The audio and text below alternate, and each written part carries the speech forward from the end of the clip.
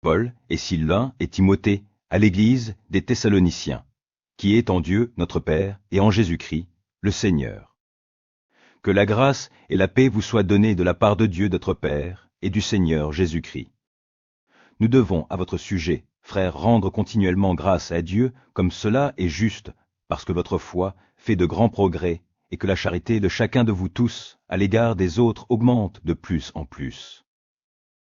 Aussi, nous glorifions-nous de vous, dans les églises de Dieu, à cause de votre persévérance et de votre foi au milieu de toutes vos persécutions et des tribulations que vous avez à supporter. C'est une preuve du juste jugement de Dieu, pour que vous soyez jugés dignes du royaume de Dieu, pour lequel vous souffrez. Car il est de la justice de Dieu de rendre l'affliction à ceux qui vous affligent, et de vous donner à vous qui êtes affligés du repos avec nous, lorsque le Seigneur Jésus apparaîtra du ciel, avec les anges de sa puissance, au milieu d'une flamme de feu pour punir ceux qui ne connaissent pas Dieu et ceux qui n'obéissent pas à l'évangile de notre Seigneur Jésus. Ils auront pour châtiment une ruine éternelle, loin de la face du Seigneur et de la gloire de sa force. Lorsqu'il viendra pour être en ce jour-là glorifié dans ses saints et admiré dans tous ceux qui auront cru, car notre témoignage auprès de vous a été cru. C'est pourquoi aussi nous prions continuellement pour vous, afin que notre Dieu vous juge digne de la vocation, et qu'il accomplisse par sa puissance tous les desseins bienveillants de sa bonté et l'œuvre de votre foi. J'atterre. Pour que le nom de notre Seigneur Jésus soit glorifié en vous, et que vous soyez glorifiés en lui selon la grâce de notre Dieu et du Seigneur Jésus-Christ. Pour ce qui concerne l'avènement de notre Seigneur Jésus-Christ et notre réunion avec lui, nous vous prions, frères,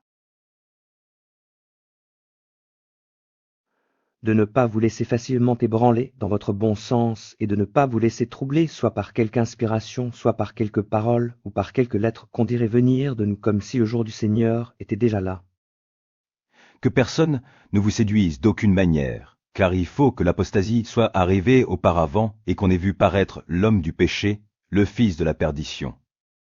L'adversaire qui s'élève au-dessus de tout ce qu'on appelle Dieu ou de ce qu'on adore jusqu'à s'asseoir dans le temple de Dieu se proclamant lui-même Dieu. Ne vous souvenez-vous pas que je vous disais ces choses lorsque j'étais encore chez vous? Et maintenant vous savez ce qui le retient, afin qu'il ne paraisse qu'en son temps.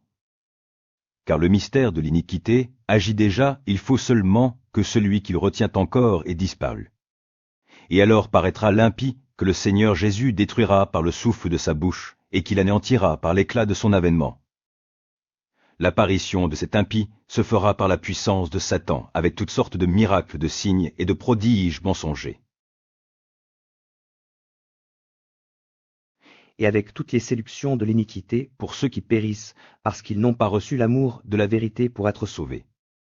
Aussi Dieu leur envoie une puissance d'égarement pour qu'ils croient aux mensonges, afin que tous ceux qui n'ont pas cru à la vérité, mais qui ont pris plaisir à l'injustice, soient condamnés.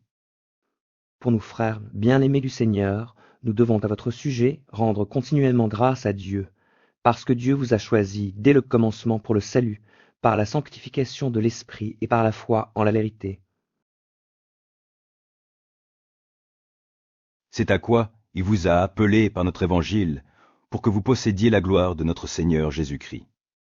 Ainsi donc, frères, demeurez fermes et retenez les instructions que vous avez reçues soit par notre parole, soit par notre lettre.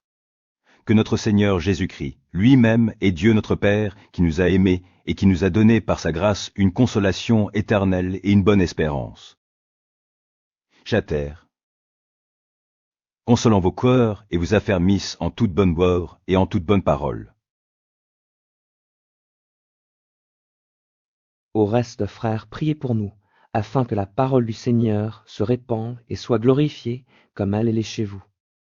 Et afin que nous soyons délivrés des hommes méchants et pervers, car tous n'ont pas la foi. Le Seigneur est fidèle, il vous affermira et vous préservera du malin. Nous avons à votre égard cette confiance dans le Seigneur que vous faites et que vous ferez les choses que nous recommandons. Que le Seigneur dirige vos cœurs vers l'amour de Dieu et vers la patience de Christ. Nous vous recommandons, frères, au nom de notre Seigneur Jésus-Christ, de vous éloigner de tout frère qui vit dans le désordre, et non selon les instructions que vous avez reçues de nous. Vous savez vous-même comment il faut nous imiter, car nous n'avons pas vécu parmi vous dans le désordre. Nous n'avons mangé gratuitement le pain de personne, mais dans le travail et dans la peine, nous avons été nuit et jour à l'œuvre pour n'être à charge à aucun de vous. Ce n'est pas que nous n'en eussions le droit, mais nous avons voulu vous donner en nous-mêmes un modèle à imiter. Car lorsque nous étions chez vous, nous vous disions expressément, si quelqu'un ne veut pas travailler, qu'il ne mange pas, non plus. Nous apprenons cependant qu'il y en a parmi vous quelques-uns qui vivent dans le désordre, qui ne travaillent pas, mais qui s'occupent de futilités. Nous alitons ces gens-là, et nous les exhortons par le Seigneur Jésus-Christ à manger leur propre pain en travaillant paisiblement. Pour vous, frères, ne vous lassez pas de faire le bien.